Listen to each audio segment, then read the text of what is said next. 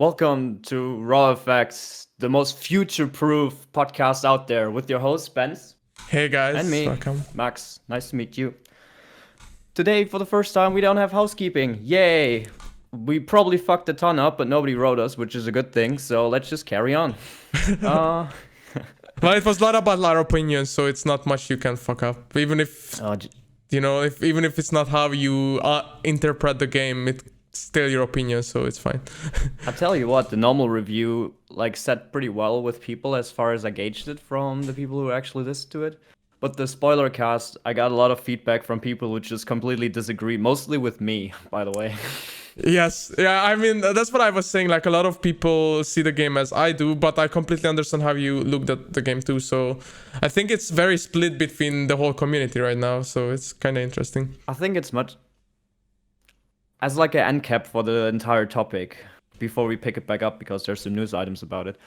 I think it's much easier to not like the game, to be honest, because I think the spoilers do so much damage to the entire narrative and how it's structured that you already know a lot of things beforehand and they kind of ruin your experience.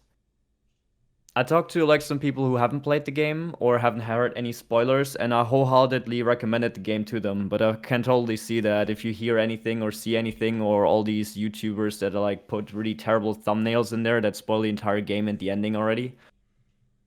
Well, to be fair, Yeah. I never cared about spoilers in anything. Like I usually don't I even watch the spoilers sometimes for series or whatever, and I don't judge because I know that it's usually not the whole picture. So I was not that much influenced, and that's why I kind of like the game overall too. It just didn't sit completely right for me with the whole story. I tell you what though, I didn't buy God of War God of War 4 in 2018, I think.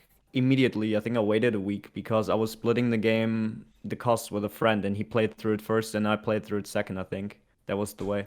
And uh, sure enough, 2 days in, a random YouTube thumbnail popped up with literally the end and the final boss fight in the thumbnail. Yeah, that kind of sucks. But you're the kind of person that really gets bothered by spoilers, I think, and you don't like to see anything at all. And for me, that doesn't really matter. So. I mean, I just hate the fact that I know where the story goes. Like a lot of the last couple of Marvel movies, like Thor Ragnarok, if you watch the trailer, You know the already movie. know what's gonna happen. Yeah, And exactly. you know where they're all gonna end up. And when you start watching the movie, you can already sit there and be like, okay, so this is starting out here, and this scene is happening in the movie at some point. So you can already trail a path of what you're gonna do. It's true. And if you get certain spoilers from The Last of Us, you already know that, yeah, what's gonna happen, where they're gonna end up, and what's the story beats are already explained to you. So then you just have to sit through them and wait for the next story beat to happen. But if you don't, then, for example, I didn't know anything. I talked to a friend over the weekend and he asked me how far he is. And I considered even telling him where exactly he is and how long the game still is a spoiler to him, because that halfway through the game, I didn't even realize that I was halfway through the game. I thought I finished the game at that point already. And then the entire second half just popped up out of nowhere, and it completely blew my mind. That's really funny because when I play games, I usually have my phone open with the chapters and I track Exactly. completely So what's you going on. ruin the entire experience for yourself. I don't and ruin really it. I don't- like knowing where I am in percentage. I always like when I can track how far I am in a game. I don't know. I don't I think mean, that ruins anything for me. To that's be honest. fine for Spider-Man or Dragon Quest or something, because they're so long, and at some point it's just busy work in the city, all the side quests and stuff, or The Witcher as well. Especially The Witcher, because the game is 5 billion hours long. So you just want to know where you're at. But at the same time, Last of Us or Uncharted they're just very streamlined story experiences, and I feel you should just play through them without looking at anything. Yeah, but even if you see what chapter you are in and what chapters are left, you don't really know how long each chapters are, So it But the could be that titles you're of not the as far. chapters give stuff away, and just I don't know. Wow, Especially yeah, for to this the game, beach, because gives away you go on a beach. Wow, so much spoiler. I really can't care about these kind of spoilers, to be honest. It doesn't bother me at all or I influence think me. that's actually a massive spoiler, because it Oh, let's you not are get in a into it. Let's beachy not get into environment. it. Yeah, whatever. Yeah. Okay, Alright. let's go to the actual topics, Max. Yeah, let's transition real nice. Let me just think of a segue.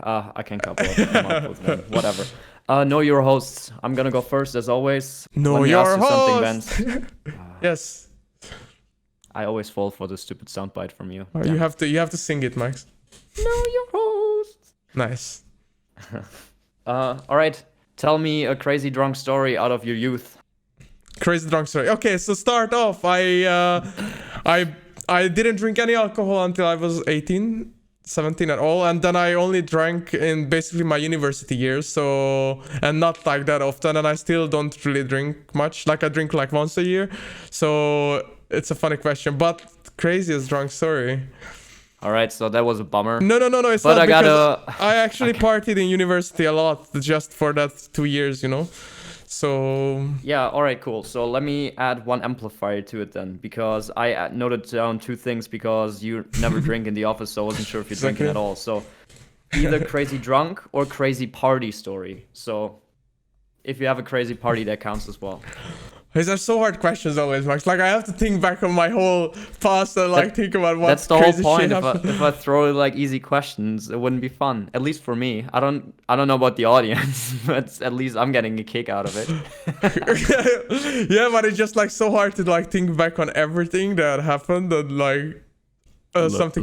Let me just reflect. But on Okay, wait. Okay, okay. It's not like really a crazy story. It's more like a weird story, I think. That, Yeah, go. That yeah, we were in a party with friends, and one of my friends was like super drunk, and yeah, he went into the bathroom in someone's house, and he was not home, so he didn't know where he is basically, and he was super drunk, and he thought he went into the bathroom, but it was actually the shower, and yeah, he basically ended up pooping and peeing in the shower of the person. Oh my god.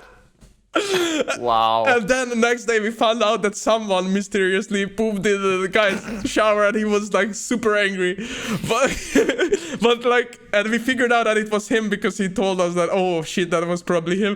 And then it was the most funny thing ever. And the guy who had the party never found out that it was this guy, and he probably had to clean the whole mess up, like the drunken diarrhea in the shower. So You think he's listening to this podcast? Did you just out the person who pooped in the shower? no, because I didn't say any names, so that's a good name. It was Max. Do it. Yeah, but that's a pretty. I don't know if it's a crazy story, but it's a funny story at least. I agree, it's definitely a funny story. I did way worse shit in my days. But you will probably never find out if Bence doesn't ask those questions, so you should throw me some hard ones once. Sure. Like Well- I have a lot of questions. We have a lot of podcasts this year, so you know, every time God. interesting question. So I kind of just doomed myself, didn't I?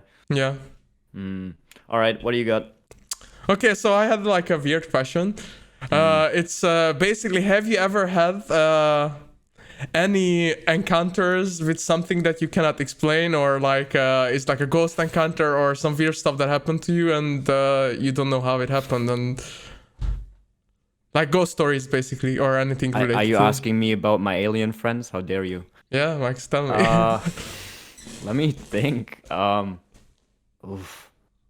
Paranormal activity hard stories. questions, like It's not a hard to question. I just have to reflect on my entire life. It's like, could exactly, any- that's one.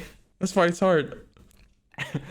I mean, I met a couple of people who like seemed like lizards in human skin. What are you talking about, Zuck? Just really random people that like try to mimic human motions, like the uncanny valley effect when you like watch a game and everything looks like so human, but it's not. It's just slightly off. Yeah, we like, talked about I The know Last of some Us people too. who are just like that, but like extraterrestrial stuff. I think Yeah, the like- closest I've ever gotten to anything extraterrestrial was when I was living in Finland and I saw like the aurora in the sky. That's about it. Yeah, but that's not natural, actually. Like, don't you have anything that was like scared you, or you didn't know what the noise came from, or saw something weird? Because usually people have like at least when I one was story. living in my old house, we had like this crawl space between the walls, and apparently there was like a badger or some crazy shit in it. And for months, I didn't know where this noise came from. Like it was this, and it kept moving like Oh my through God. the wall, through the ceiling, and not like frequently, just once. and then it stopped, and you kept asking yourself like, am I imagining this shit or what is happening? That would And it freak also me was super out, weird dude. because like you never paid attention to it until you kind of turn off the lights and then try to go to sleep. And then you like in the middle of the night you like scratch yourself and suddenly and you're like, what the Oh my fuck? God, You that's so turn back on the scary. light and then and then it goes back off. And I think the only reason why we ever found out is because I was with a couple of friends in my room and we had a drink, and then some person like hit the wall and suddenly it was like Oh my the same God. sound again. But was it living in your And we wall kind or of figured what? that there must be something behind this fucking wall. But like the badger lived in your wall, or I have no idea. It might not have been a badger. maybe Maybe a like rat or something? yeah, yeah. Why not? Like the king of all rats. Jeez. Ugh. Yeah, that was pretty creepy. I mean, for months I didn't know what the fuck that was. So I think that's the closest I've ever gotten to like a encounter. At least you But thought could, it's a ghost experience, but it's not really. yeah, I should make a movie about it.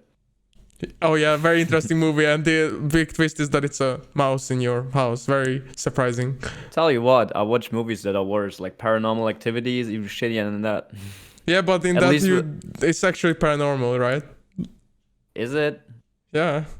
I don't know. It feels like a fart, or the wind is just blowing shit Actually, over you and know, fall the asleep. Paranormal Activity VR game is really fun to play.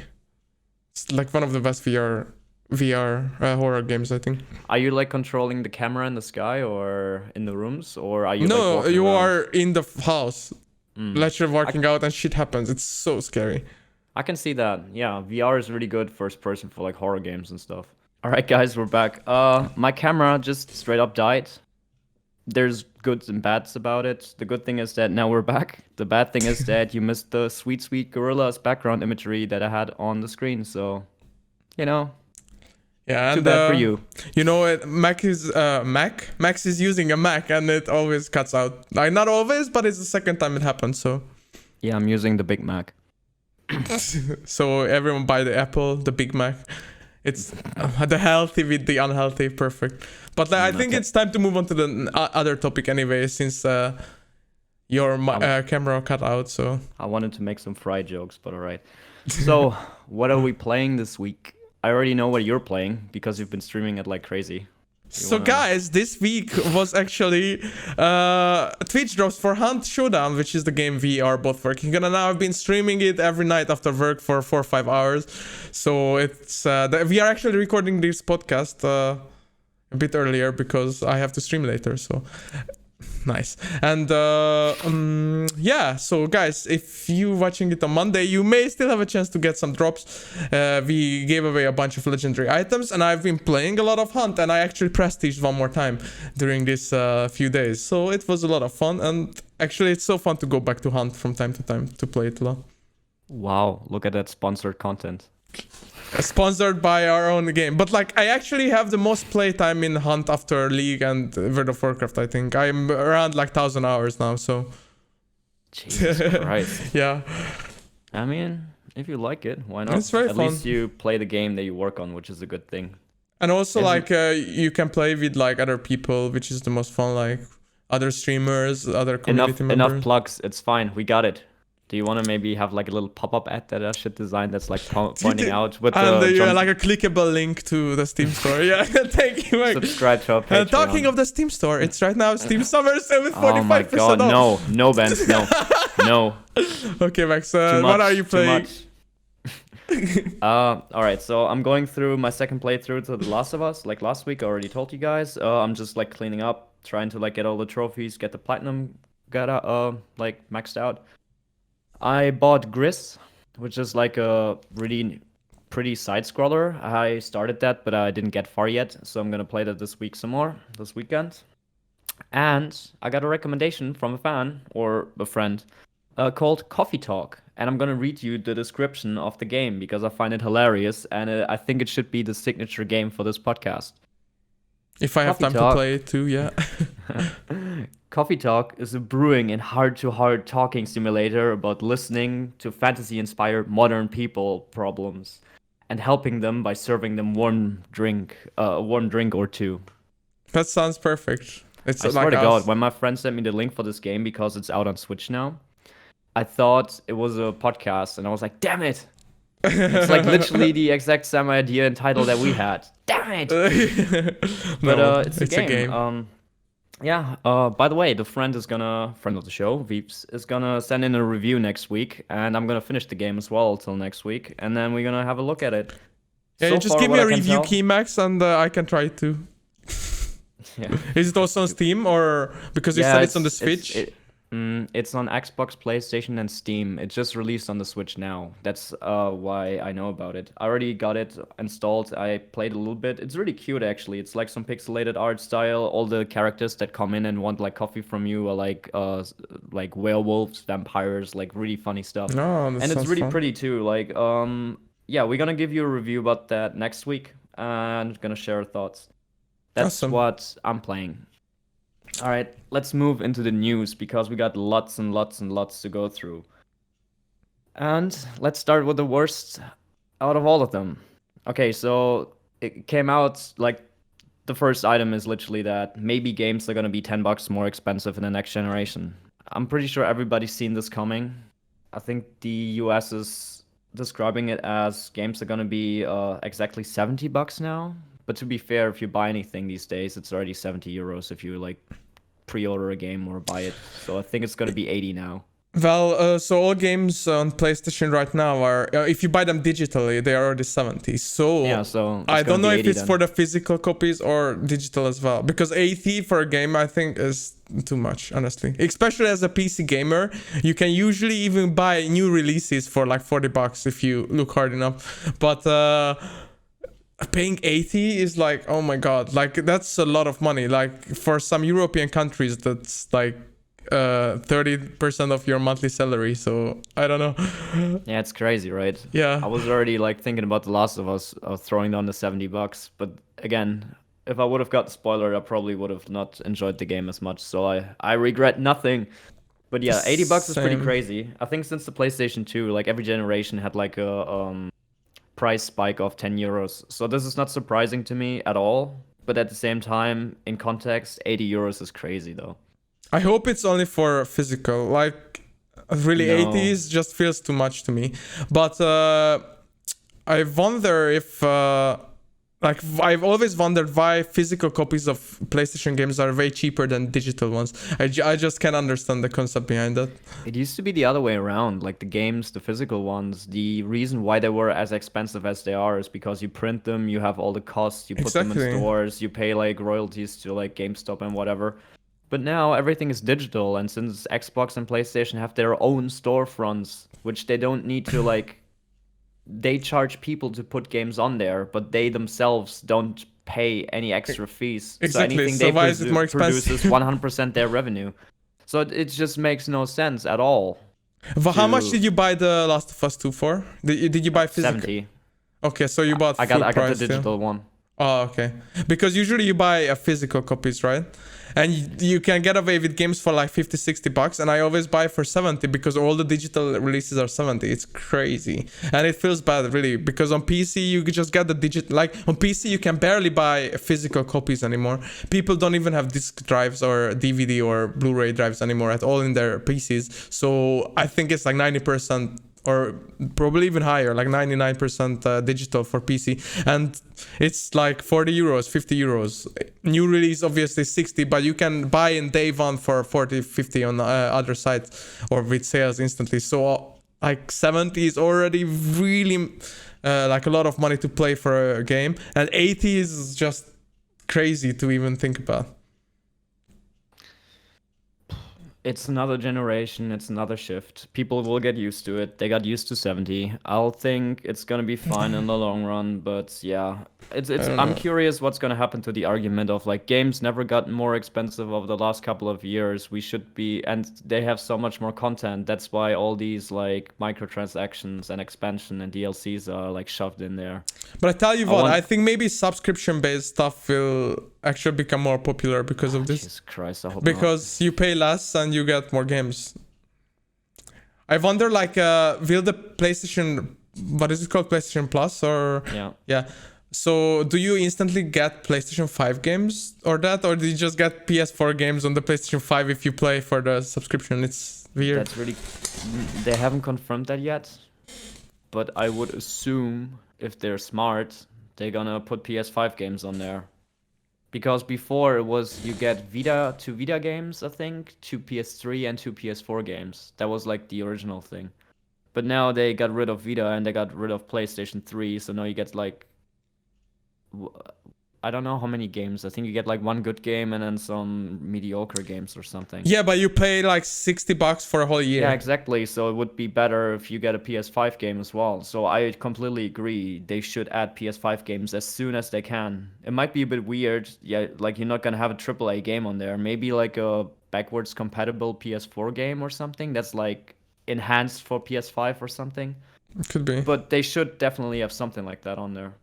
Yeah, and that would like make it like people would actually buy that, like, because if the price increase is real, then I think people would buy the subscription more likely. I think they should rethink the entire thing. I mean, PS Plus is so outdated when you compare it to like the Xbox Game Pass, because that's just so much much smarter, better, because yeah. they shoved in together like I think it was like games with gold from Xbox or Xbox Live together with the Game Pass. So now you have everything in under one subscription. So I think PlayStation should use the PS Now streaming stuff that they have, that they already use for backwards compatibility. I heard from a lot of people that's actually pretty good and pretty solid. if I you actually play on used it, yes. I Yeah. played Uncharted 1 on PlayStation Now. Oh yeah, you played it in the office, right? Yeah, I have a very crappy PC in the office, and I had the PlayStation Now because I accidentally bought it.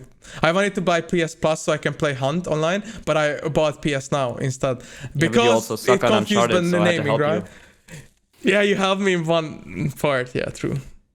But you died too, and then I just played it, and it ran perfectly on my work PC. So it Yeah, was so fun. what I think they should just shove it together, to be honest, like Xbox does. So you have more value for your money. Yeah, and it's also not confusing like what you get, because I bought it out of confusion as well. All right, speaking of physical versus digital copies, let's move into the second topic. Pow, segue, nailed it. So The Last of Us Part 2 is breaking sale or broke sale records in its first 3 days. It sold more than 4 million copies. If you compare that to Spider-Man, which sold 3.3 million copies in the first 3 days, and God of War sold 3.1 copies, and Horizon Zero Dawn sold only 2.6 copies in 14 days, which is really impressive. But like I said, those were the charts. Turns out that this week the UK sale charts showed an 80% drop in physical copies only for The Last of Us Part 2. What do you think, Ben? So what I think is that obviously Last of Us, one of the biggest, like the most well-received titles of the whole PlayStation 3 and even maybe PlayStation 4 generation, like The Last of Us 1. Remastered was super well received, 10 out of 10s everywhere, and everyone was really excited for this game. There was a review embargo that reviewers could only play the first half of the game, which is pretty clever because that's the part when you play with Ellie, so they couldn't really talk about the second part. And yeah, that boosted the sales probably. But now that all the reviews come out and many not like journalists but video reviews on YouTube are like pooping on the game or shitting on the game or not liking it as much, it probably affects a lot of people. And there's also a lot of drama going on around with this game on the internet, a lot of argument right now. It's one of the hot topics, so that always like messes with the game sales. So it kind of makes sense to me that they did really well in the beginning and now it's dropping off, but I still think that people should buy this game, whatever they hear about it, just to experience for themselves, because it's worth. Yeah, so I actually looked into this, right? So it's a really good headline for a video that says like Last of Us second week 80% drop. Yeah, but it's actually normal for every game, probably. Yeah. But the game is doing ridiculously well. So it turns out that Uncharted 4, which came out in 2016, had in its second week a 78% drop as well. And that game was also really well received. I think there's so many factors to this. So first of all, this is only physical. You bought it also digitally, right, Benz? Yeah, do we have any stats for digital sales? No. So we have to wait for the NPD charts that show physical and digital games. They don't show the sales, that just tell you which top 10 games sold the best throughout the month. Mm-hmm. So we have to wait till the end of the month, and then we can see how high Last of Us Part 2 is charting. Well, honestly, I'm 100% sure it's gonna. I'm 100% sure it's gonna chart first either way Yeah, exactly. because it sold 4 million copies. And for any other like official stats, we have to wait for PlayStation itself. So I would assume that a lot of people bought it digitally, which is also giving Sony 100% of the revenue, which is really nice. Uncharted and Last of Us are narrative-based games, so a big chunk of the audience bought it in the first week because they didn't want to get spoiled, so that makes sense. It's like with movies, like Avengers Endgame and other movies that just have like immediate drops after the first week, like 60-70% is totally normal and within the realm. And if you compare it to like the other games that come out, it already outsold God of War and the other ones, and it's doing really, really ridiculously well. And as far as I can tell from the internet, I think a lot of people coming actually around on it with like some time. I've seen a couple of videos that say like Last of Us, it's been like 1.5 weeks that the game has been out, and I've been playing it and reflecting on it. And the narrative is kind of growing on me. So I think like in the long run, this might be one of those games that had like a terrible reception when it came out. Like Star Wars, the was it Empire Strikes Back got really bad reviews and was hated when it came out, and now it's the best Star Wars movie. So I can totally see the game just given time and with a little bit of reflection. You're still hopeful for that, aren't you? I don't think so. Yeah, and maybe there's gonna be a remaster for PS5, so when the new people come in, they're gonna buy the game again because the first one sold like 14 million copies or something, but the biggest chunk of those 40 million were on the PS4 and not on the PlayStation 3, so maybe there's some hope either. Max, do you think there will be part 3? I heard a lot of speculations regarding that, so I wonder what you think. I think there can be a part 3 because they somewhat left it open, but at the same time there was also a part 2.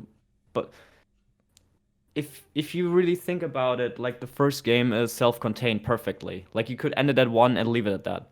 But you can also just play this game and never played the first one, and it wouldn't make a difference.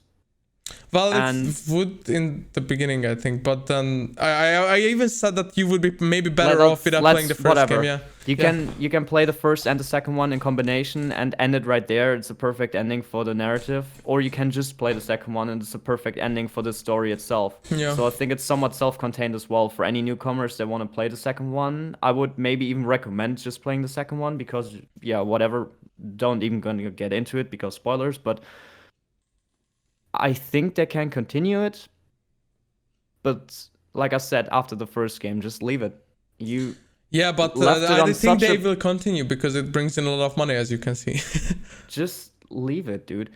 Like it ended on such a perfect note. The first game is so nice. The ending is so well crafted. The second one, I think, is even better in the ending wise and where they leave like everybody off. It's just if you go back to it at some point you're just retreading the same ground, I feel like. Although they're so smart of like telling a really obvious narrative but then like just flipping it on its head and just focus on the characters instead of the narrative itself. They did that in the first one too. Anyway, let's move on. I think they shouldn't make a third one, but if they do, I trust the team that they're gonna deliver something outstanding, so. Yeah, of course. And wait, I had another question. So about sales, what do you think is the percentage of digital sales versus physical ones, and how is it changing? Okay, so a couple of years ago, it was like around 40% digital and 60% physical, and then I think Borderlands 3 was the first game where it was like 50-50 or sold even more digitally than physically. And then over the last couple of months, it completely shifted because of the quarantine and everything, because nobody could go out, the stores were closed, and everybody just bought way more stuff online. And I heard from a lot of people, like, since they bought their PS4, they never bought a physical copy, like, for 6 years or something. Which is crazy to me, because even I still have, like, some discs around here. Well, you usually get physicals, though. And for me, the Switch was the first console that I 100% switched. I don't have any physical games on Switch. Yeah. I think specifically for Last of Us, I would say it's probably 70-30 or something, if I had to guess. Sense. Yeah. Because quarantine is still going on, the UK is completely shut down, and these charts are from the UK, right? Mm-hmm. So it's not surprising that maybe 80% drop because, like, I don't know how many people actually went out to the stores to buy this thing. Yeah, I to mean, I begin with. wouldn't. Like, even when Yeah. you buy physical nowadays, you probably order it to your house, actually, I think. Yeah, I don't even know, dude. I just went on the store, pre-ordered it, had it pre-downloaded, could start immediately.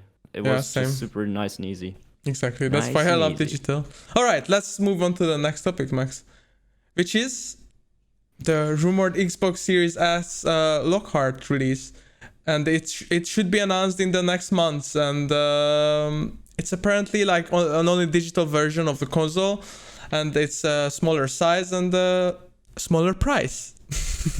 What do you think? Those are the rumors, right? Yeah. I've seen some pictures of just like the Xbox Series X console just cut in half and white. I don't know. I'm pretty sure those are just like mock-ups, to be honest, because I don't see the hard drive taking up that much space that you could cut the console in half. Yeah, and I heard that like the actual Blu-ray player on the PlayStation and on the Xbox is just like $20 for them to put in. So even if the price just cut by 50, they may even come out negatively with selling a cheaper console because it's not even worth for them in total. So yeah, I don't know. I think it's cool. PlayStation did it. Xbox did it before. True. I think it's probably it's a good value, like for people, for example, who only buy digital games, and like we discussed right now, right? Like more and more people are just getting, because of convenience sake, the digital version of whatever game they want. Exactly. So I think it's probably, this rumor is probably true. I'm pretty sure. Like there was so many information about it already circulating on the internet, like even months ago, that I'm pretty sure that something like this will happen. And I think it's nice. If I would get an Xbox, I would probably get that version because I don't want to mess with discs. Yeah, I find it more confusing why they like trickle this information out now. I think they should have just put the box next to the other one when they had the reveal event at the Game Awards. Just put them next to each other. I mean, at this point, who cares? Yeah. I mean, they should have done like PlayStation, just announce both at the same time. It wasn't shocking at all. Like, they just put them next to each other, and one said like physical and the other one said only digital. Done.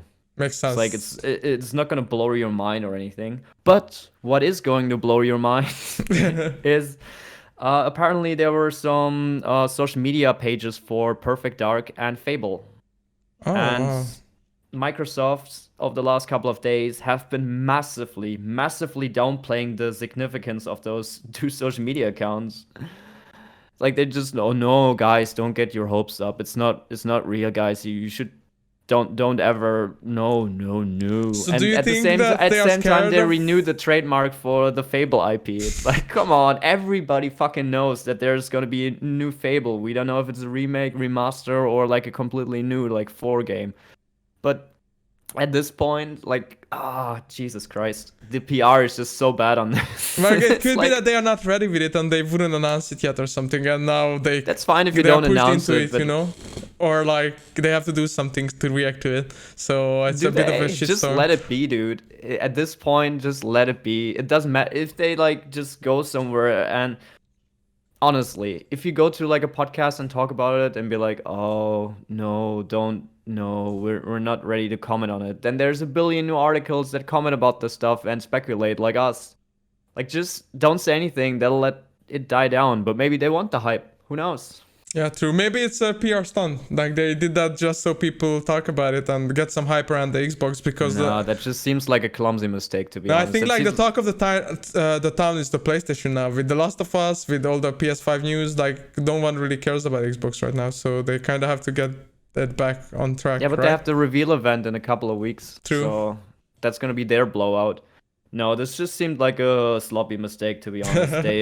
They made the accounts, they prepped on the back end, like, we're gonna tie the website to it, and then we're gonna add all the stuff. We don't add images yet or anything. Nobody will look for this, and then suddenly somebody saw by accident, and over 5 connections, they realized those were like PR people from Xbox, and then they just took screenshots. Done. Easy. Yeah. I think what's way more surprising is Perfect Dark, because everybody knew Fable was coming for like the last 4 years or something. But nobody knew about Perfect Dark. The last Perfect Dark game was Perfect Dark Zero, I think, on Xbox 360, which was fucking terrible. I don't even know, man. I never Okay, even so heard of Perfect that game, Dark, honestly. I think it's from Rare. And those are the same developers who did the GoldenEye back in the N64, I think. And Perfect Dark was the same kind of shooter. And it kind of revolutionized first person shooting. And then the IP just kind of died down. And they tried to do like a soft reboot or origin story with like Perfect Dark Zero. I played it as well. It was just this really colorful mess that controlled really badly. So is it like And a first-person shooter? yeah, And it's a what are you first-person doing in it, shooter. or how is the game? You're like an agent. Oh god, in the original you're an agent. I think in the first one you're like in Zero you are. Oh my god, I can't remember. It's been like what, like But even if you 15 just years? tell, like, is it like realistic, or what No, world is it playing it's in? somewhat cartoony. You play with a red-haired woman, I think, in like a spandex leather suit, Okay. and you You sold fight me, Max. aliens Let's go. and weird things. Well, sounds fun, kind of.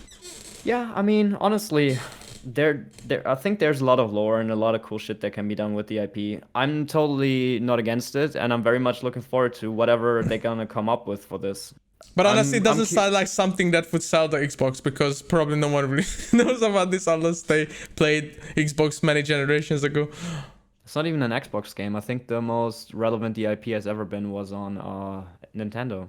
Okay, So it's definitely never one heard of those it. games that everybody remembers and talks about. It's like Medieval or I want to say Crash Bandicoot, but at the same time, I feel like that's just a mascot and everybody knows about him. So Everyone knows, yeah. yeah. Well, interesting. Anyway, we All are right, let's excited just to move see on these because two I games. can't think of a fact of how to like shoehorn Resident Evil into here somehow. So let's just move on to the next topic. Okay, topic 5. Ubisoft's new battle royale shooter Hyperscape leaked online, but now officially got revealed yesterday because a League, ton of that's people fake have been. league. Well, I mean, It's I think they literally were. now released, so I'm in like beta. I almost have access. I'm watching streams to get the access to it now. Yeah, I watched some streams yesterday too. It seems super fun. I really like the city. It seems like a big Paris map that which has like sectors that are like slowly falling apart with like triangles and stuff. The weapons are cool. It's so smart. This game is like so fucking smart Yeah, but for for bringing people in. who don't know what it is at all, Oh yeah. it's a battle royale game by Ubisoft. It's if you play the Apex Legends, it's very similar to that with the movement. Like you can jump on walls, jump around. It's very quick paced, very mobile, and it plays in like this cybernetic environment, so kind of futuristic, and it's very vertical compared to a lot of other battle royales. So there's a lot of buildings. And as Max said, he was getting into it. It has a lot of Twitch and viewer engagement built into the game. So tell us about that, Max. Yeah, you're asking the person who's not on Twitch to explain Twitch. Great. All right, so basically, it's the game was built from the ground up to have Twitch integration. So if you play the game, people can watch and then they can comment in the comment section of what should happen in the game. And then there's these events that are happening, like live events. Like for example, they can choose what's gonna happen. So one of them is I think it's called gravity. No gravity, so everybody's just floating in the air. You can jump a billion stories up. Everybody's just fighting each other. Then there's like triple jump. Enemies get revealed, so the audience actively participates in the matches, which is really cool. Because if you just sit at home and watch streams, you don't really usually interact. You interact with the chat, but not with the game itself. But now they gave you like an outlet, so you can influence what's happening in the game and change the gameplay style of the people that you're watching, kind of. Yeah, exactly. I think And it's I a would really imagine that they would also have drops all the like always for this game. So when you watch, you actually also get something out of it. So it's super clever that way. Like you are engaged just by watching. You can control what the streamer does. Like in a way, interact with your favorite streamer or influence them, and then also get rewards. Even get a key to the game. It's like very clever for sure. Yeah, it's like do you remember back or I don't know if it's still on TV, like The Voice or something, when you were able to like tweet in and make like decisions Like or votes something. for like who wins, Yeah, exactly. who goes. Yeah, exactly. Yeah, so you not just watch a television show, you feel like you are actually participating in whatever you're doing, which is so important. I think if this actually takes off, it could be like a big esport in which people just want to watch because they can like influence the game, and Ubisoft can learn from it, because right now it's just like little events and little tiny cute things. But imagine, like, for example, if you can change something significant in the map, or like you can pick the sectors that should be like that disappear from the map. Yeah, the or problem something with like that would be that like the streamer could influence his audience to vote on something and gain an advantage like that. So it has to be very tricky. It can only Yeah, be that's stuff true. that doesn't actually affect the competitiveness of the game much, or doesn't give like any advantage to anyone who's streaming. Because imagine Lyric is streaming with 30,000 viewers and tells his people to vote on that zone, and then the zone's changed Yeah, and they alright. just win. Yeah, Yeah, I see exactly. that. The zone might be a bad idea. So I think, yeah, Ubisoft kind of nailed it with like the gravity, no gravity thing. Like where everybody's just on the same level and playing field. It's just kind of fun little things that are happening. By the way, there's other things in this game. So you can get 2 hacks, I think they are called, which is 2 abilities you can pick up. They are kind of like Overwatch abilities, just like random, and they have like different categories like defensive, mobility, offensive, and you can always have 2 and use them, so you can like teleport around, jump around, all that kind of funny stuff. Yeah, invisibility as well, Invisibility, right? yeah, all kinds of utility or offensive, defensive abilities. And you can also have 2 weapons, like in usual PR games. You can like, I think, loot them, switch them. They are also very futuristic weapons, so it's nothing realistic. It's more like mega plasma launcher which like explodes enemies or whatever. It's Yeah, but it kind of also fun. got this cartoony, Disney-ish look, right? Yeah, It looks to me like a bit like Overwatch, like very colorful, but then old school Paris with like some cyber stuff on top of it, and everything is kind of like really vertical as well. Yeah, Yeah, exactly. Like it's a lot of tall buildings and very vertical, exactly. But also like when you die in this game, you don't actually die. You become like this ghost person who can scout the map for your teammates, and if they kill someone else, I think they can resurrect you or something like that. Yeah, So there's it's these kinda- points that are like glowing orange on the floor and stuff, and if you go to them, you can resurrect your teammates. Yeah, but it's like in Apex. But the funny part is when you are dead, you can still like influence your team and the game, which is kind of new. I have never seen that in any other BR games, I think. yeah, And also the like, ending of the game is new. It's Showdown, funnily called, I think. And it's like there's like a trophy for the last 3 teams appearing, and you have to capture it and hold it for like 3 minutes or something, and then you win, or eliminate everyone else, and yeah, then it's you the win. crown, right? Yeah, Like, a crown, right? Yeah. yeah, the crown is like all over the loading screens and like on the key art and everything. It's pretty cool. Yeah, I would totally keep an eye on that. That game actually looks really fun, to be honest. Yeah, it's a cool twist on the BR, and finally something new. The whole Twitch integration thing is completely new, and I think a lot of developers are keeping an eye on that, because for future project that could make a big I think impact. they should. I think honestly that is the smartest move ever. Yeah, it's So pretty clever. fucking smart. I mean, I hate well, hate is a strong word. I don't like battle royale games. Never but even played holy one, crap. but yeah. Have you ever Fair played enough. any? All right, let's skip ahead. Let's stick to your topic that you want to talk about so desperately. All right, so number 6, Harry Potter RPG 2021 leaks. More leaks. Well, do the you think, leaks Bence? are not. Yeah. So this game was leaked in 2018, I think, with some gameplay footage, which was confirmed to be true. But then we heard nothing about the game for a long time, publicly at least. And now it leaked that it's gonna be releasing next year on PlayStation 5 and Xbox X. There was, I think, no information about PC, but it will probably come to PC, I hope. Probably Epic Store. That's why they didn't say anything. Well, I don't even care for this. And it's an open world RPG game that plays in a Hogwarts, which sounds like my dream game. I'm such a big fan of the old school PlayStation 1, PlayStation 2 Harry Potter games. I even watched gameplay with you even, I think, last year in the office. Like, oh my god, this was so cool, so fun. Yeah, I just loved it. We kept talking about it. I played, I think the first, second, and third game.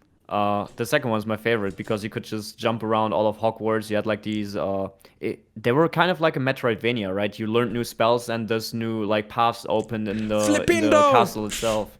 Yeah, and Allora. collect beans Mimble and like Wimble. slide. I remember sliding down to the Slytherin's underground basement in this. Oh my god, it was so fun. And Yeah, it was pretty awesome. Man. there's a lot of platforming in that game, and like classes and meeting people.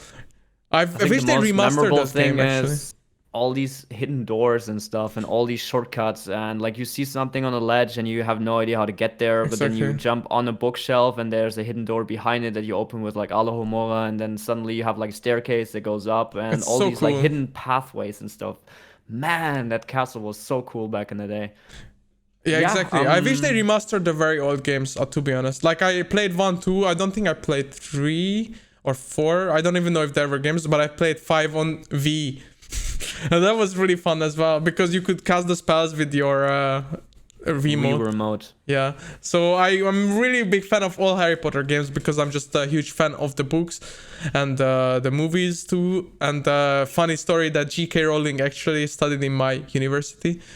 And yeah, she finished in my university and then wrote the books, basically. So that's kind of cool. And also, there's a lot of controversy around her right now. What you're telling us is that people can actually make it when they get out of your school. You just weren't one of them. Thank you, Max. Very kind words. Yeah. I think she's the most famous person from that school. I mean, yeah, probably because she's huge, right? Doesn't she have more money than the queen or something? Yeah, she's insane.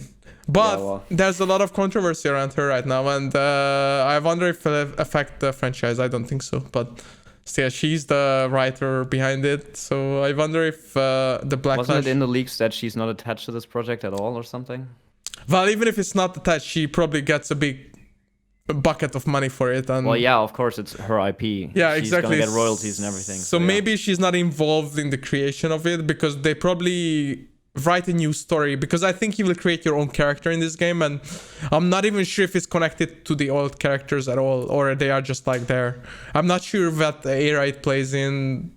We don't have any information regarding that. If I had to guess, I would probably say it's like gonna happen before, like, oh, it's an origin story or some nonsense. I mean, it could be anything, right? Could be before, after, during. Maybe.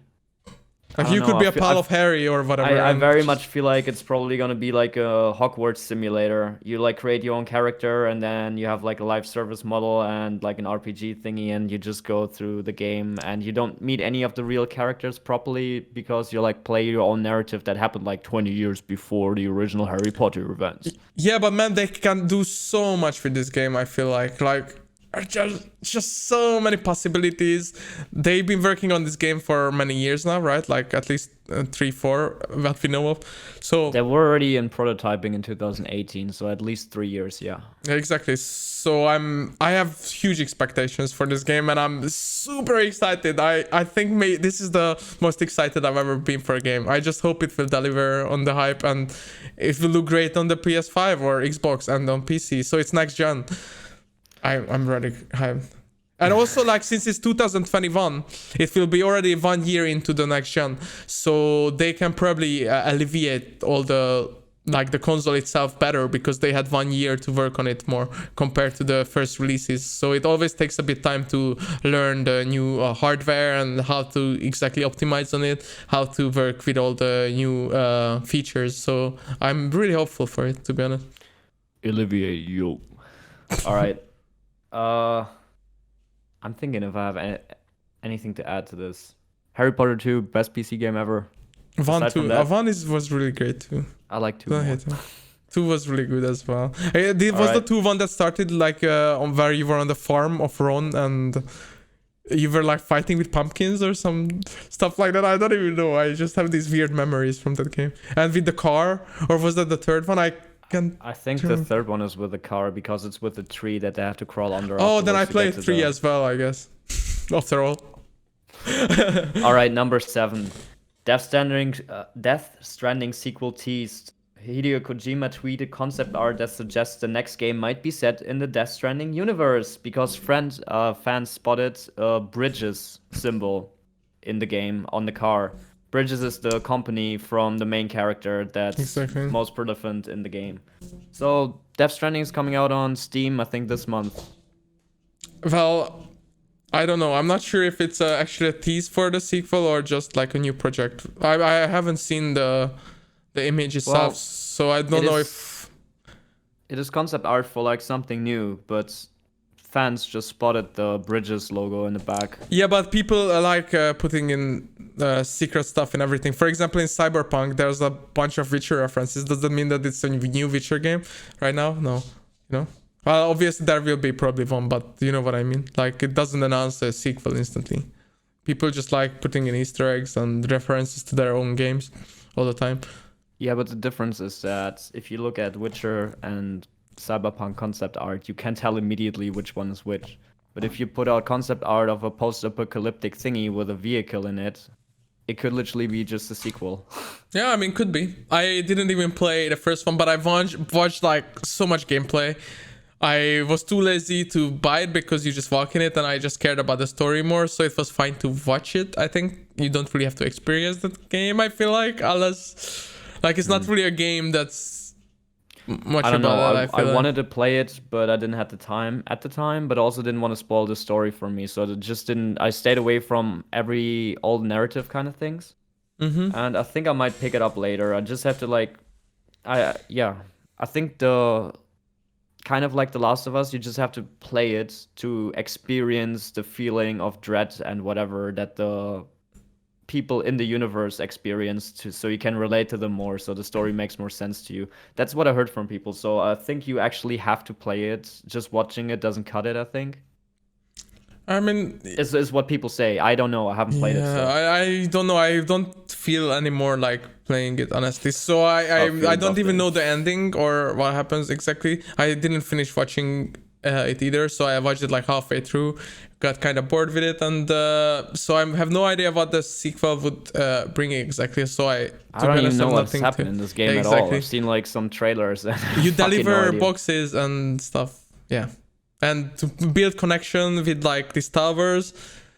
Yeah, something like that. Yeah, I might pick it up later on. A coworker recommended it highly to me. Yeah, like the enemies look insanely cool, and the whole rain concept is like really creepy. The audio design in the game was amazing too. Yeah, like when these monsters are close by or something, then this rain falls on you. Aren't they called the Death Stranding? I don't know. I think they have a name. I saw this Rick and Morty commercial when they were walking through the Death Stranding, and Rick asked like, "What, Morty? What are all these fucking ghosts?" Jeez, Rick, they're the Death Stranding. Hideo Kojima wants us to connect America. Yeah, but they have a name in the game, which I can't remember. Like they actually have like how they call them. But whatever, then it's the rain falls on you and then you age or something. Like it's pretty cool concept to be honest. But I've never played it. Up. If it's on sale again, I might just pick it up for PlayStation and just play it for a bit. Yeah. All right, let's move on. We got 2 more topics. So number 8 is Call of Duty Warzone adds 200 player matches to the game. They call it the Juggernaut mode, and it's gonna be there for a limited time. Do you care? No, I'm already done with Warzone. I played Warzone a lot when it came out, like a lot. My favorite thing still is the 2v2 mode, which is super fun because it's quick, it's very skill based. To be honest, they had this other mode already, which had a lot of players. I'm not sure what the title for it was, because they had the normal BR mode, and they had this war mode or whatever, where it's like a lot of more players than in the BR. And I never really liked that as much, so I'm not really excited for 200 players. I don't care. I like normal BR style BR games, to be honest. So I like normal BS. So yeah, Juggernaut. Do we know anything what it's gonna be other than 200 players? No. Yeah, so I expect it to be like just a big war mode, probably, where it's like 2 factions, probably 100 versus 100, which would make a lot of sense. And then you can have all kinds of vehicles, maybe planes, helicopters fighting together. It's similar, but Warzone already has something like this. Maybe it's not 200 players, but 100. But does it make a difference, really? I don't know. It's like... I don't know. I find it weird that they had like in their press statement that it's only going to be there for a limited time. They phrased it in a way that they said the mode is going to be called Juggernaut, and that there's going to be more additional items exclusive for a limited time, but they didn't specify if the mode is going to be there for a limited time or just the items themselves. No, I'm pretty sure then it's like an event which they release new map for like 2 weeks. You can earn a bunch of new items, and that makes people come back to the game, because probably like people are leaving slowly. So it makes people play again, makes Twitch pop out again, every big streamer jumping on it. It's a good strategy. And you can probably buy like a pass for it where you can earn the items quicker, whatever, like the typical battle pass situation. If I would care about this, maybe I'll be excited. Yeah, I just can't anymore. So Yeah, it's cool. I just can't. No, it's always that at least like you bought the game and at least they put in new stuff in it. And actually I'm not sure if this part of the game is free because their BR mode is free. So I wonder if it's just the BR mode gets this addition or the main game. But whatever. I think it's gonna be free. It would be weird if they would start now charging for the stuff. I think I they don't make mean the money charging over for the it. microtransactions and everything. So yeah, but like you know how a Warzone works is you can buy the game, and then you get the single player campaign and everything, and you have to buy that. But the standalone battle royale part you can just download for free anyway. So I wonder if this is part of the paid version of the game or added to the free version of the game. Wait, no. There's no version of Warzone that you pay for. Yeah, there is. No, what version is that? But is that not called? You mean Warzone? Call of Duty Modern Warfare? That was the last so Call of Duty that came out. No, so Modern Warfare. Okay, Warzone is part of Modern Warfare. No, it's not. Yeah, it's a standalone item. You can buy it separately completely. It's completely disattached when the next Call of Duty comes out. Yeah, when the next Call of Duty comes... No, it's not separate. It's in the same... Like, you launch the same game. Like, you launch... you launch whatever Modern Warfare, and Warzone is inside Modern Warfare. Really? What? Yeah, you kind of choose between the game modes, like single player and then Warzone. That's so stupid. Why? It's like that. That makes no sense. No, it makes a lot of sense. You buy Warzone, or you download Warzone for free, and then you see that there's a single player campaign which I can buy. It just sells the game. It makes a lot of sense to me. And you can earn rewards in the single player campaign that you can, and skins and stuff that you can use in the Warzone. Yeah, but how is that gonna work with the next game? Like, the next Call of Duty is inevitably gonna be out this fall. So are they gonna make a new Warzone? Yeah, of course, every year. Like, the last Call of Duty game had a BR game too. I know. I thought they learned from their mistakes. They just put out a separate product and then keep evolving on that, and then just have the games as campaigns separately. Well, it's kind of like that, but it's in one launcher, so... Oh, it's so annoying. Like, why do you... Oh my god. Yeah, no, it makes sense. Whatever. From I'm gonna get like a rage nightmare quit here. Alright, let's move into the last item and then end with the news. Alright, so Ghost of Tsushima got a new cinematic trailer. Did you watch it? Yeah, I watched it. Looks it's fucking awesome. Yeah, it looks really cool. I didn't need to see it. I didn't have to see it because I'm already sold on the game. Just give me the damn game. Yeah, I mean, they put out actually so many cool material for that game. Looks amazing. 14 days, dude. 2 weeks. And it's gonna be out. Max looks at the watch. Oh my god, 2 weeks and I can play. God, I can spend another minutes. 70 euros. Let's go. You can already pre-order the game, by the way. It's really cool. I'm very excited for that game. I just wish it was on PC. Are you gonna play it in the black and white mode? The one that they teased? But there's the black and no, probably not. But oh, you haven't seen it? Oh, no, they had like this PlayStation State of Play or something, and they only focused on Ghost of Tsushima, and they showed like a bunch of features that are in the game. And one of the features is that you can set the entire game into like this Kurosawa black and white mode, which there's only subtitles, like because it's like people don't. I don't know if people talk actually. Like back in the day in the original videos and whatever, you only had subtitles. There was no sound. So I'm really curious if it's just really black and white and really... Oh my god. Yeah, well, whatever. Look, I don't know, we'll see. But like in this cinematic trailer they talked, for sure. So, I don't know. Yeah, no, that's not what I meant. The cinematic trailer is just basically become the ninja. That is like the theme of the trailer. It just looks fucking awesome. But they had like a showcase in which they just showcased the features, and one of them was that you have original Japanese voice acting, you have the black and white mode, you have a neat photo mode where you can add particles, how the game works with the combat in samurai mode, in ninja modes. Then they had how missions work, how the navigation works in the game, and like points of interest and stuff, and how you traverse. Yeah, I mean, usually I don't really use these extra modes. I like Japanese language to use as the main language usually in every game where it's available, but for example in Dragon Age on the Switch you can set it to be like 2D, but in the Switch you can switch the whole 3D game into a 2D game where it's like top-down pixel art. The whole game just changes to that and you can play the whole game like that. But I just play it normally, and same, I will probably not switch to black and white. I want to enjoy like the full color So the beautiful environments, like it kind of takes away and makes it like an old Japanese movie, which is also Dude, cool look at for a the second look at the playthrough trailer maybe. for the black and white mode. It's like really beautiful. It's not just black and white. They have like this film grain on it. It's not perfect black. It's I like this hate film washed grain, out. dude. Yeah, exactly. It's like I, really, I really I neat. actually always turn film grain off in every game where I can turn it off. Motion blur and film grain and depth of field are my enemies. Like I hate think them. I have the solution for you. You should just not get the game. Just like you have it pre-ordered, right? Just gift it to me and I don't have it pre-ordered yet, but I will have it soon. I'm Alright. still hoping that someone gives me a copy. all right.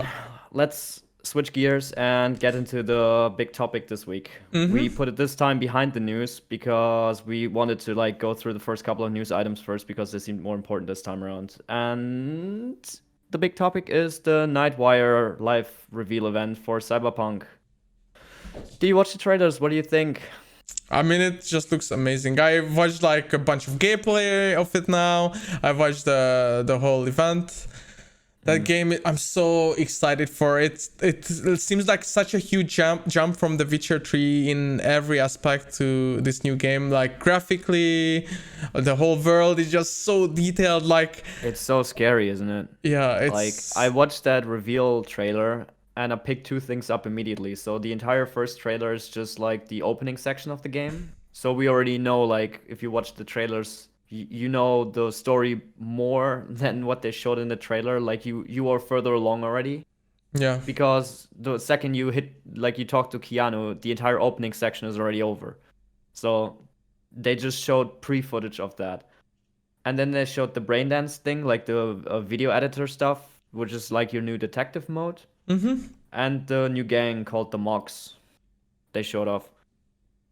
Man, like the game just seems so huge. I'm so scared how much time this will take to finish. Like looks so crazy detailed. I'm getting like really anxiety mode You know about this what's thing. like really crazy? Like the details are actually insane. Like there are some scenes when people are in the car and the car from the inside looks more detailed than in an actual car simulator game. Like I don't know. They just put so many details in this game I and know. it graphically looks so good. And they basically shoved off the main city, the ninth city, which is this neon pinkish, neon kind of dark big city. And then they also showed the outside of it, which is this the deserty kind of post-apocalyptic feeling area, which is like more empty with some For it. I mountain. can't think of it right now. Yeah, that's the two areas they showed off, right? Well, they already showed off the city. Like basically, the city is split into 8 districts, and each one looks like very unique and different from each other. Like you have the high-rise city that's like super pretty, and for like the rich folks, and you have like the slums. Yeah. Every part looks different, and then you have the outskirts, which is kind of like Mad Max No Man's Land. Exactly. Let's transition into that. So in the beginning, you have like 3 paths that you can take. You can take corporate, you can take nomad, and you can take street kid. And each of them kind of defines like a Mass Effect, like where you're coming from. Like for example, when you start Mass Effect, you could pick if you like your dad was a farmer or like a war hero. And then later on in the story, it like people Affects in how people conversations. interact you, exactly. It's Yeah, the same kinda, in just Dragon like Age. in smaller ways. Yeah, in Dragon Age it even like completely changes your opening of the game and stuff. Yeah, so in here it changes the opening too. Like, for example, Jackie, the dude that you meet in almost every trailer, is like this big dude that dies in the E3 trailer in the car. And depending on what you pick in the path, you meet him like in different ways. Like, for example, if you are Street Kid, he's your friend the entire time. If you pick Nomad, like you meet him because your car breaks down and stuff. And if you Corporate, I think he like saves you or something. I don't know, but Which one so would you choose? the That's cool the thing main about question. all these paths is kind of that they actually have like real impacts on the quest structure. Like we've seen this quest last year where you go into this building because you have to pick up the spider bot from like the Maelstrom gang. And you talk to this corporate person in the beginning of the story that kind of like screws you over because she gives you like a bank card that should have supposed to be the money on it to buy this item. But she gives you a fake bank card and then a fight breaks loose and you fight like a boss fight because of it. Like the dude flees and you fight the goons, and then you have to fight the boss fight afterwards. So if you take corporate, for example, because you know that person from your history background, you know that she's gonna cheat you, and you call her out on her bullshit, and she gives you real money, and you can fix that entire approach differently. Well, I think another person saw the reveal event and skipped the entire section in which you get the card from the corporate person, and this it gives you, like, when you sit in the meeting room with the leader of the Maelstrom gang, the only choice of shooting him in the head, but then he's dead, and you don't have a boss fight afterwards anymore. So there's like so many cool little things that are happening because of the path that you choose, and I think it's actually really cool that they implemented it in the narrative and in the quest structure itself, instead of just like in like random conversation with NPCs. Well, I think, yeah, it's really cool. And since this game is already very dependent on your choices and how you act and how you deal with situations, this just gives like 3 other huge trees to that. So you can choose these 3 starting points, but within those starting points, you can still have many different options to deal with different situations. And obviously also how you skill your character and everything matters and changes up the conversations and all the situations. So it just makes the game so replayable, basically. Like, you will have so many ways to deal with everything in a game. Just makes it so fun. You will be probably able to spend like thousands of hours in this game. Like opposed to The Witcher, where you basically play one character which is already defined and you kind of follow him, and he has his own codex and morals, and yeah, we obviously still have some choices, but not like huge impact. Yeah, you kind of define your own character, right? Exactly. So you can do whatever you want, and these 3 main options, I think, even like make the whole tree of choices even wider, because yeah, it's kind of like this. So you have like 3 different trees to begin with, right? Because like you define your background, then you define your role. Like, for example, I think it's called like tech runner or something. So those are basically the skill points that you trees, can exactly. skill into. Yeah, the skill tree. And then you make the choices that you make. Like, they elaborated as well on like the endings of the game and like romance choices. And they said that since the character, like you said, isn't defined at all, every choice that you make in the game and people who you talk to and who you don't talk to define who you can, like, for example, have a romance with, or how it affects the end of the game. So as far as I understand, like The Witcher, you have big endings, like I think multiple big endings. Then you have the sub endings, like you had in The Witcher, that are defined by like key choices that you made, and then you have sub choices of every decision that you made in the entire game, which gives you like specific little things that changed in every ending, that is like completely tailored towards you. Yes. And for like romance specifically, it really depends what kind of gender you have, what kind of affiliation, like corporate, nomad, or whatever path you picked in the beginning, what choices you made on quest lines, and like how you like augment your own body and what these people are specifically into, because they're like technically like human beings and they have like preferences. And you can like figure out, basically it's like real dating. Yeah, it's kind of crazy it how makes the detailed whole thing so detailed and so much more diverse. I think it will be so interesting, and you will have probably so many different outcomes for the same situations, and it will be fun to watch all the comparisons and look it up after you've done something that, oh, this could have happened if I chose that path. It just makes it so fun. I really like it. I think, like, if I had to guess right now, I would say I would probably like go on a media blackout and just play the game and make every choice the way I want it. So I have like a really like defined playthrough that is like me.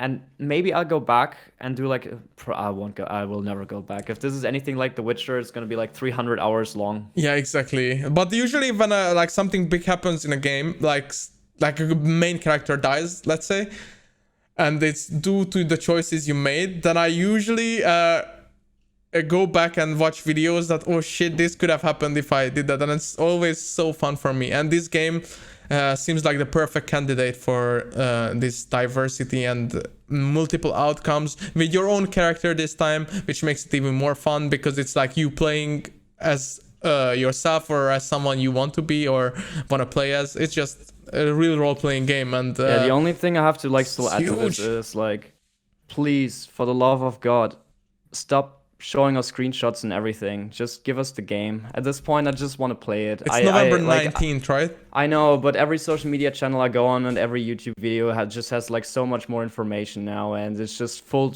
of like cool new items and screenshots and weapons and stuff. Tell you what, Twitch ads, like every Twitch stream you want to watch, you just get an ad of Cyberpunk at this point. It's crazy. Yeah, if I can talk to the marketing people of CD Projekt here. Guys, you already sold us on the game. Just deliver it now, please. True.